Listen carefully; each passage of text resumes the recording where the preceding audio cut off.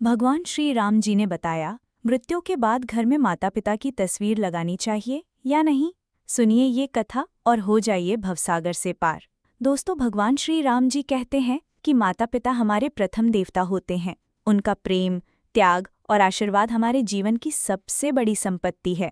परंतु जब वे इस संसार से विदा ले लेते हैं तो लोग उनकी स्मृति में उनके चित्र अपने घर में लगाते हैं। ऐसे में ये प्रश्न उठता है कि क्या मृत्यु के पश्चात माता पिता की तस्वीर घर में लगानी चाहिए? क्या इसका कोई आध्यात्मिक प्रभाव होता है? आइए जानें भगवान श्री राम जी इस विषय में क्या कहते हैं। आज की इस अलौकिक कथा में भगवान श्री राम जी स्वयं एक भक्त को इस रहस्य से अवगत कराते हैं। ये प्राचीन समय की बात है। एक दिन देवर्षि नारद पृथ्वी भ्रमण पर निकले थे। तब उन्होंने देखा कि कुछ लोग किसी मृत व्यक्ति की चिता के पास खड़े होकर रो रहे हैं और मन ही मन दुखी हो रहे हैं। कुछ समय बाद उस मृत व्यक्ति के परिजनों ने उसका चित्र अपने घर में लगाया और उसके समक्ष बैठकर उसे स्मरण करने लगे। ये दृश्य देखकर देवर्षि नारद आश्चर्यचकित हो गए और सोचने लगे, जिस व्यक्ति की मृत्यु हो गई है उसके परिजन उसके चित्र को घर में क्यों लगा रहे हैं? वो अब इस संसार से मुक्त हो गया है, फिर उसके चित्र का घर में क्या प्रयोजन? क्या ऐसा करने से मृत व्यक्ति की कृपा प्राप्त होती है या इसका कोई और अर्थ है? देवर्षि नारद इस दृश्य को देखकर कुछ समझ नहीं पाए। अपने प्रश्नों के उत्तर पाने के लिए उन्होंने भगवान श्री हरि विष्णु जी के लोक वैकुंठ की ओर प्रस्थान किया। वहां पहुंचकर देवर्षि नारद ने भगवान श्री हरि विष्णु जी को प्रणाम किया। भगवान विष्णु जी ने देवर्षि नारद को देखकर समझ लिया कि आज वे किसी संदेही को लेकर पधारे हैं। तब भगवान विष्णु बोले, हे ब्रह्मनंदन देवर्षि नारद, आपका वैकुंठ लोक में स्वागत है। बताइए आज किस उद्देश्य से आप यहाँ पधारे हैं? कौन सी चिंता आपको व्यथित कर रही है? निश्चय ही आज आप किसी शंका के समाधान हेतु यहाँ आए हैं। भगवान विष्णु जी की वाणी सुनकर देवर्षि नारद ने कहा, हे प्रभु, आज मैं आपसे ये जानने आया हूँ कि पृथ्वी पर जब किसी व्यक्ति की मृत्यु हो जाती है तो उसके परिजन उसका चित्र अपने घर में क्यों लगाते हैं? क्या ऐसा करना उचित है? ऐसा करने से परिजनों को क्या लाभ होता है? क्या मृत व्यक्ति का आशीर्वाद उन पर बना रहता है? देवर्षि नारद की बात सुनकर भगवान श्रीहरि विष्णु जी बोले, हे देवर्षि नारद, आज आपने एक अत्यंत महत्वपूर्ण प्रश्न पूछा है। आपके इस प्रश्न के उत्तर में समस्त मानव जाति का कल्याण छिपा हुआ है। अतः हे नारद, मैं आपको इस प्रश्न का उत्तर एक अलौकिक कथा के माध्यम से देता हूँ। आप इस कथा को आरंभ से अंत तक ध्यानपूर्वक सुनिए, क्योंकि जो भी इस कथा को पूर्ण रूप से श्रवण करता है उस पर मेरी कृपा सदा बनी रहती है। देवर्षि नारद बोले, हे प्रभु, मैं आपको वचन देता हूँ कि जब तक आप ये कथा सुनाएंगे मैं उसे पूर्ण श्रद्धा और ध्यान से सुनूंगा। कृपया आप मुझे वो कथा सुनाइए। तब भगवान श्रीहरि विष्णु जी कथा आरंभ करते हुए बोले, हे ब्रह्मनंदन देवर्षि नारद, ये कथा समस्त संसार का कल्याण करने वाली है। ये बहुत प्राचीन काल की बात है, जब भारत में रामदास नामक एक युवक रहता था। रामदास भगवान श्री कृष्ण का परम भक्त था। वो सदा सच्चे धर्म का पालन करता और अपने माता पिता की सेवा करता था। समय धीरे धीरे बीतता गया और वो अपने माता पिता के साथ एक सुखमय जीवन व्यतीत कर रहा था। रामदास की पत्नी का नाम साधना था। साधना भी एक चरित्रवान, धर्मनिष्ठ और पतिव्रता स्त्री थी। रामदास अत्यंत परिश्रमी था। वो दिन भर श्रद्धा से परिश्रम करता और जो कुछ कमाता उससे अपने परिवार का पालन पोषण करता। उसे अपने माता पिता से अत्यंत प्रेम था।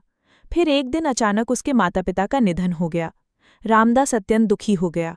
माता पिता के अंतिम संस्कार के पश्चात उसने उनके बड़े चित्र घर के पूजा स्थल में स्थापित कर दिए और प्रतिदिन उनकी पूजा करने लगा। अब उसका जीवन माता पिता की पूजा करते हुए बीतने लगा।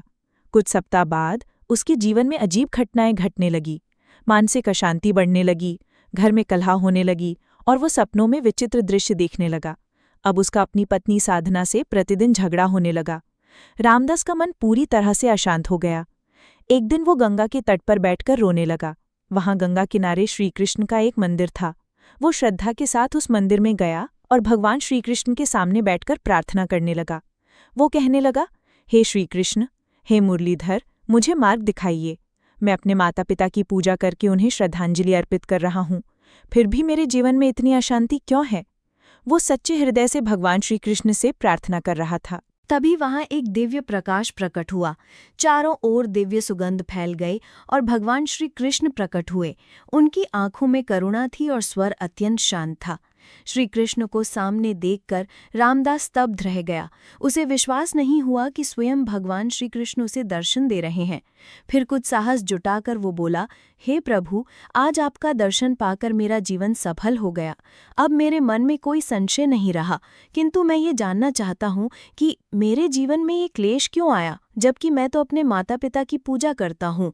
भगवान श्री कृष्ण बोले, हे पुत्र रामदास, निस्संदेह तुम्हारी भक्ति और प्रेम महान है।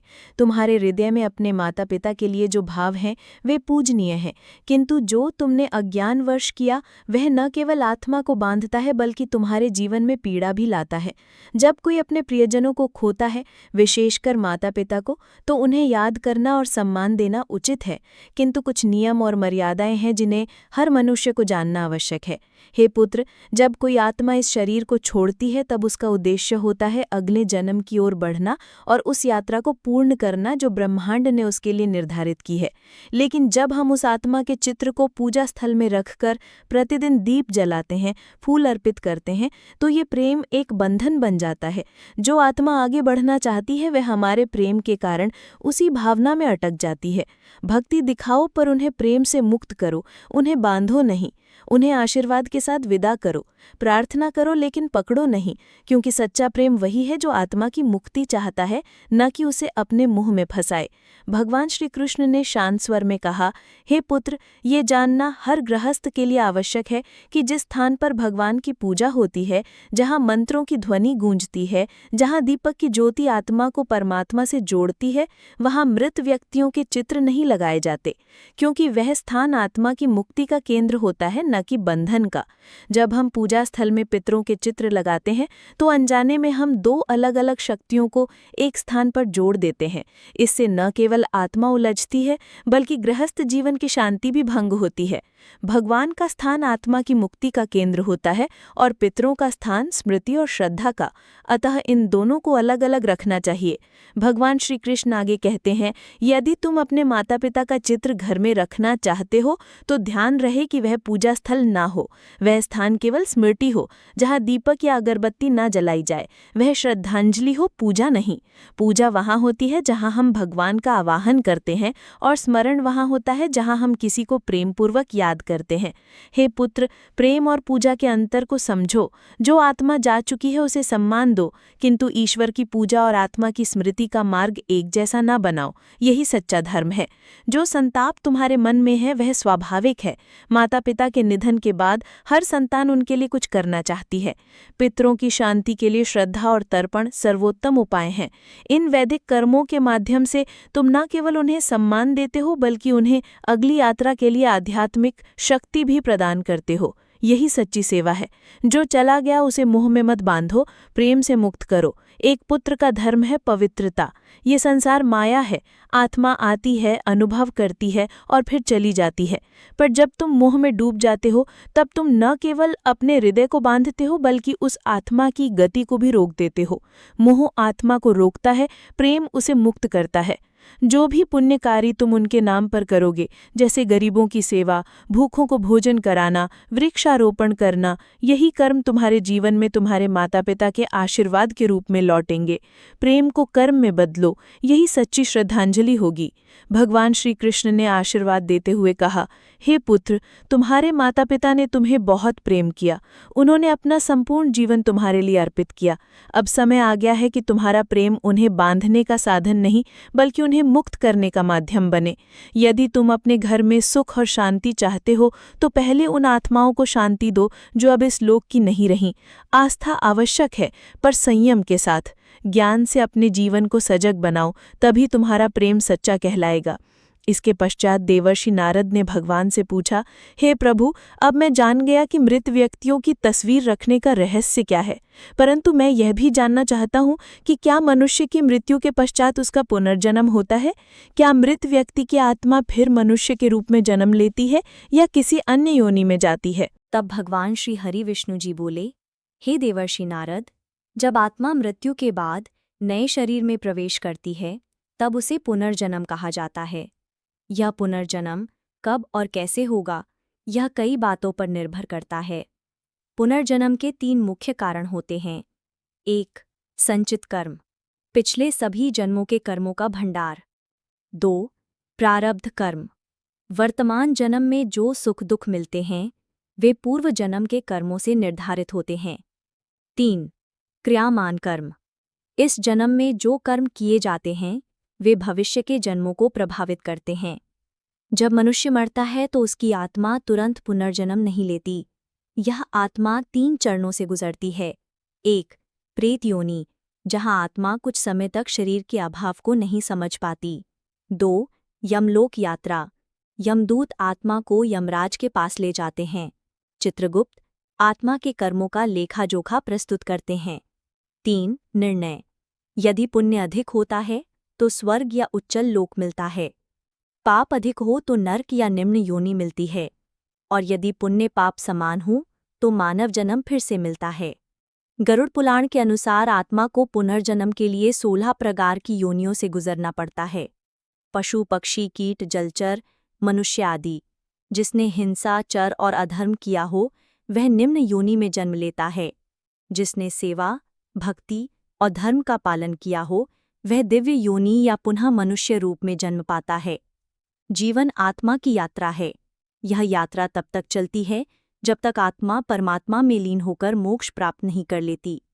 अतः पुनर्जन्म केवल शरीर बदलना नहीं बल्कि आत्मा की सनातन यात्रा का दर्शन है। यदि कोई व्यक्ति बहुत अधिक पाप करता है तो वह अगले जन्म में पशु की या राक्षस बनता है। यदि कोई व्यक्ति बहुत अधिक पुण्य करता है तो मृत्यु के पश्चात स्वर्ग को प्राप्त करता है। और यदि कोई व्यक्ति इसके विपरीत आचरण करता है अर्थात घोर पाप करता है तो उसे मेरे ही आदेश से नर्क में अनेक वर्षों तक कठोर दंड दिया जाता है तथा उसे नर्क की भयंकर यंत्रणाएं सहनी पड़ती हैं। आगे भगवान श्री हरि विष्णु जी कहते हैं, हे देवर्षि नारद, दूसरा कारण है मृत्यु के समय व्यक्ति की मानसिक अवस्था। इस विषय में तीनों लोकों के स्वामी भगवान शिव जी कहते हैं कि मृत्यु के समय जिस भाव में व्यक्ति होता है वही भाव उसके अगले जन्म को निर्धारित करता है। यदि कोई व्यक्ति मृत्यु के समय भगवान का स्मरण करता हुआ अपने प्राण त्यागता है तो वह मोक्ष को प्राप्त करता है। परंतु यदि कोई व्यक्ति सांसारिक इच्छाओं क्रोध मोह या काम में डूबा हुआ शरीर त्यागता है तो वह उन्हीं भावों के अनुसार पुनर्जन्म प्राप्त करता है। फिर भगवान श्री हरि विष्णु जी आगे कहते हैं, हे देवर्षि नारद, अब मुझे आशा है कि तुम्हारे सभी प्रश्नों के उत्तर तुम्हें प्राप्त हो गए हैं। देवर्षि नारद जी भगवान श्री हरि विष्णु जी से कहते हैं, हे प्रभु, आपके मुख से यह उत्तर पाकर मैं कृतार्थ हो गया। अब मैं इन दिव्य ज्ञान को तीनों लोकों में प्रचारित करूंगा। इसके पश्चात देवर्षि नारद जी ने भगवान श्री हरि विष्णु जी को प्रणाम किया और पुनः भ्रमण के लिए निकल पड़े। इस कथा से हमें यह शिक्षा मिलती है कि माता पिता की आत्मा को बांधना नहीं चाहिए बल्कि उन्हें प्रेम पूर्वक मुक्त करना चाहिए। पूजा स्थल में केवल भगवान का ही चित्र होना चाहिए। यदि मृत व्यक्ति का चित्र लगाना हो तो उसे पूज्य न बनाएं, केवल स्मृति स्वरूप रखें। श्राद्धा तर्पण और सेवा इन्हीं के माध्यम से सच्ची श्रद्धांजलि दी जा सकती है। मृत आत्माओं को मोह से नहीं समर्पण और प्रेम से विदा करना ही हमारा कर्तव्य है। यही सच्चे पुत्र का धर्म है। यह दिव्य शिक्षा हमें भगवान श्री राम जी देते हैं कि बंधन मत बनने दो। जो इस संसार से जा चुका है उसे अपने आंसुओं से बांधो नहीं, अपितु अपने आशीर्वाद और शुभकामनाओं से मुक्त करो, क्योंकि आत्मा का अंतिम लक्ष्य भगवान की ओर यात्रा करना है। और सच्चा प्रेम वही है जो आत्मा की उस यात्रा में बाधा नहीं बल्कि मार्गदर्शन बनता है। आशा है आपको यह कथा पसंद आई होगी। इसे अपने परिवार के सभी लोगों तक पहुंचाएं जिससे सभी का कल्याण हो।